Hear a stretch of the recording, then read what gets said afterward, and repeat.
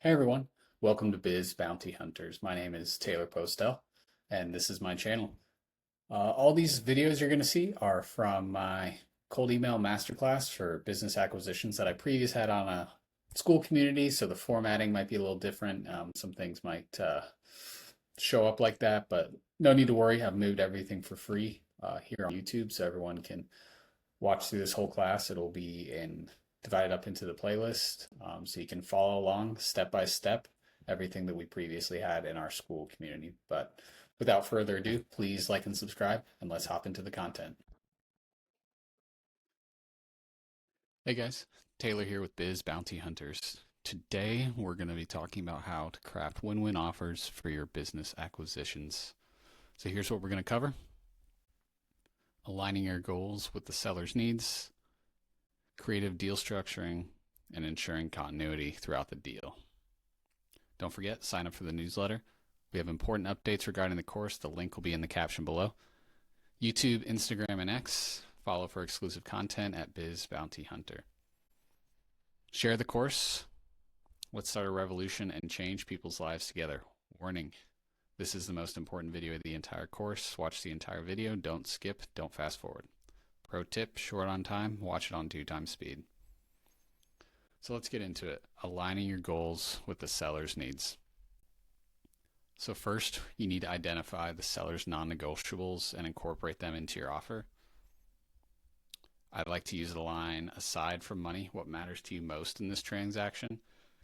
Because aside from money, obviously, it still may be their primary factor, but maybe it's they want you to keep the GM on, or need to take special care of one customer, or whatever it is. Maybe they want health insurance or stay on for a little bit beyond the exit. There's always motivations besides money, and tweaking those and finding out exactly their motivations and what they're looking for really helps accelerate the timeline and make sure the deal gets done, because someone's always going to be able to offer them more money generally in most scenarios.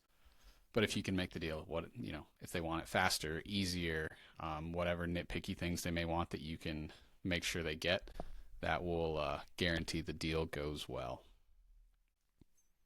Like some examples, kind of mentioned key staff, phase transitions in a certain way, or sharing your growth plans. Maybe they want their business to go a certain way. They don't want to just hand it off to somebody that's going to strip it of everything. So if you share their plans, if that's important to them, it could be the key to your success.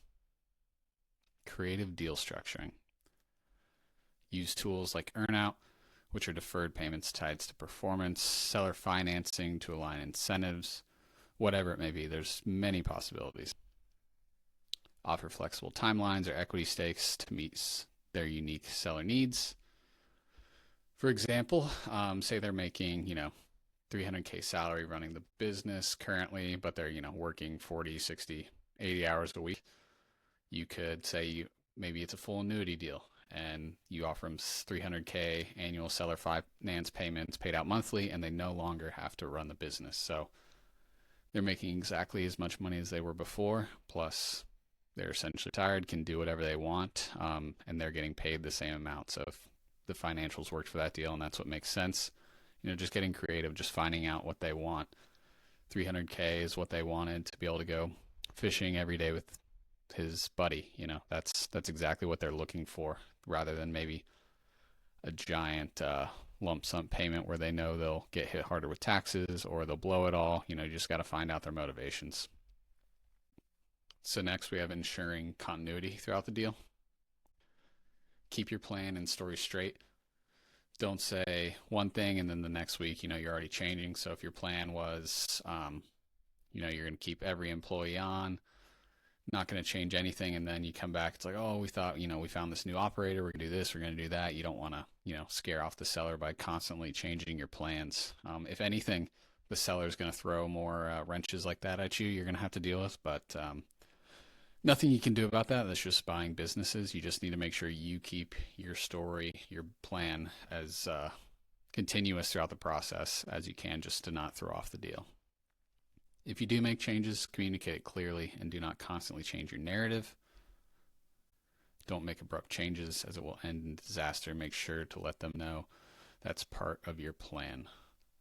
So, like I said, if you have actual intentions in what you're doing, to a degree, be transparent. They don't need to know everything, but if you have some narrative in the beginning and then you slip up and 3 months into the deal, you say something that's completely different, that you've changed, that they weren't aware of, that could shut the deal down right away. So just make sure to communicate. So, in summary, what did we learn today? So, make sure to find out about their motivations outside of money and always incorporate that in your offer. That's what us small business owners and individuals like ourselves can really leverage as compared to private equity buyers, trade buyers that are rigid corporate companies that don't have a lot of, we can buy 100% of the company for this amount. That's your offer, where we can be like, okay, maybe it's a little less money, but you want this, this, and this. We can be flexible. We can do that. So that's really the superpower as the smaller investors. So always, always find out those motivations and incorporate them. Kind of similar train of thought here. Get creative with the deal. There's unlimited possibilities. So even if it's a lot, maybe overpaying, but you can set the terms correctly, or you leverage financing a certain way, you can structure it, really endless possibilities on that. So really, if you're running into issues, reach out to people who know what they're doing for structuring. It can save a deal. If you think, you can't raise the money in time or there's another way to do it, there's really always a way. And then make sure your offer is cohesive and follows the same path previously discussed. And if there are changes, always communicate them. Sellers get, nervous handing off their baby. So you just really want to be transparent and delicate with the situation, and don't, slip up and say something completely different that can pretty much end the deal right there and then. Don't forget the testimonial links below. Leave a testimonial, win special prizes. And as always, get your hands dirty and let's take some action. See you on the next one. Hope you guys enjoyed that content. Please remember to like and subscribe, and we will see you on the next one. Thanks, guys. Peace.